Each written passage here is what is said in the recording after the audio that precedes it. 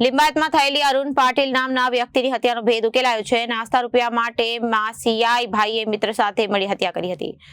નાસ્તાના ભાગ બટાઈના રૂપિયા નહીં આપતા થયો હતો અને ઝઘડાને લઈને બે યુવકે મૃતકને ચપ્પુના ઘા મારી મોતને ઘાટ ઉતાર્યો હતો। જોકે પોલીસે આ મામલે બે હત્યારાઓની ધરપકડ કરી કાયદેસરની કાર્યવાહી હાથ ધરી છે।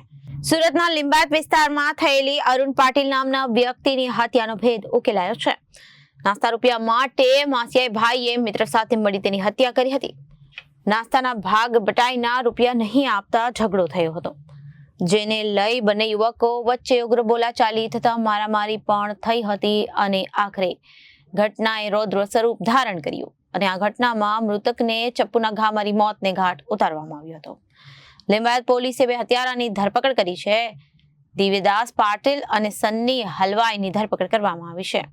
મૃતકનો પણ ગુનાહિત ઇતિહાસ અને આરોપીઓ પણ રીઢા ગુનેગાર છે। સુરત શહેરના લિંબાયત પોલીસ સ્ટેશન વિસ્તારમાં ગઈકાલે એક હત્યાનો બનાવ બન્યો હતો। લગભગ 5:30નો બનાવ છે, સાંજનો। આ ઘટનામાં પોલીસે તરત જ કાર્યવાહી કરી અને એફઆઈઆર નોંધી અને જે આરોપીઓ એને પકડવાની પ્રક્રિયા શરૂ કરી દીધી હતી। એમાં પોલીસના ધ્યાનમાં આવ્યું હતું કે બે આરોપીઓ આમાં સંડોવાયેલા છે। જે ભોગ બનનાર છે એનું નામ અરુણ પાટીલ છે। આ આરોપી તરીકે બે વ્યક્તિઓ છે, એકનું નામ દેવીદાસ ઉર્ફે ડેવિડ પાટીલ છે અને બીજાનું નામ સન્ની મોદનવાલ હલવાઈ છે। આ બંને જણાએ થઈ અને ભોગ બનનારની હત્યા નિપજાવી હતી। જે ત્રણેય જણા છે એ લોકો એક જગ્યાએ બેસેલા હતા। એક દિવસ પહેલાં ત્રણેય વચ્ચે ગાળાગાળી થઈ હતી અને આરોપી અને ભોગ બનનાર આ લોકો વચ્ચે એ વખતે પણ થોડોક વિવાદ જેવો થયો હતો। ત્યારબાદ ગઈકાલે એ લોકો પોતાને ગલીમાં બેસેલા હતા અને ત્યાં વાતચીત કરતા હતા। આ દરમિયાન પણ થોડાક એ લોકોને અપશબ્દો કદાચ બોલ્યા હશે એ પ્રકારની માહિતી મળી છે અને ત્યારબાદ જે બંને આરોપીઓ છે એ લોકોએ એમ નક્કી કર્યું કે આપણે નાસ્તો કરવા જવું છે।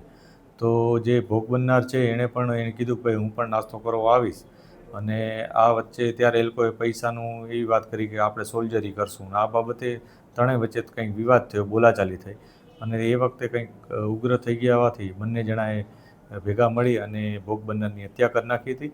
પોલીસે તરત જ આરોપીઓને હસ્તગત કરી અને આગળની કાર્યવાહી શરૂ કરી અને અરેસ્ટ કરી લીધા હતા। જે ભોગ બનનાર છે જે આરોપી છે એ બંનેના જે ગુનાહિત ઇતિહાસ છે એમાં મારામારી અને એ પ્રકારનો પ્રોહિબિશનનો ને એ પ્રકારના ગુના છે।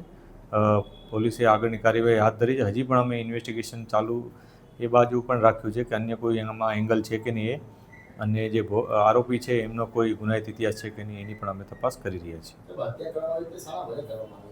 જે હત્યા નિપજાવવામાં આવી એમાં જે આરોપી છે એ લોકોએ ચપ્પુ વડે હત્યા નિપજાવી હતી, જેમાં બંને પાસે ચપ્પુ હતું અને એ લોકોએ ભોગ બનનાર ઉપર એટેક કર્યો અને એની હત્યા નિપજાવી હતી। બંને આરોપીઓ પકડાઈ ગયા છે।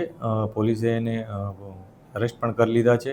આમાંથી બે વ્યક્તિઓ, એક ભોગ બનનાર ને આરોપી, એ લોકો કૌટુંબિક ભાઈઓ પણ થાય છે, મામા ફૂઈના ભાઈ છે। આ પ્રકારની માહિતી પણ પોલીસને મળી છે અને બંને વચ્ચે ગઈકાલની જે ઝઘડો થયો એ અને એક દિવસ પહેલાં પણ અપશબ્દો બોલી અને ઝઘડો થયો હોવાની માહિતી છે। એટલે આ જ કારણ હોવાનું પ્રાથમિક દ્રષ્ટિએ અમને જણાઈ આવે છે।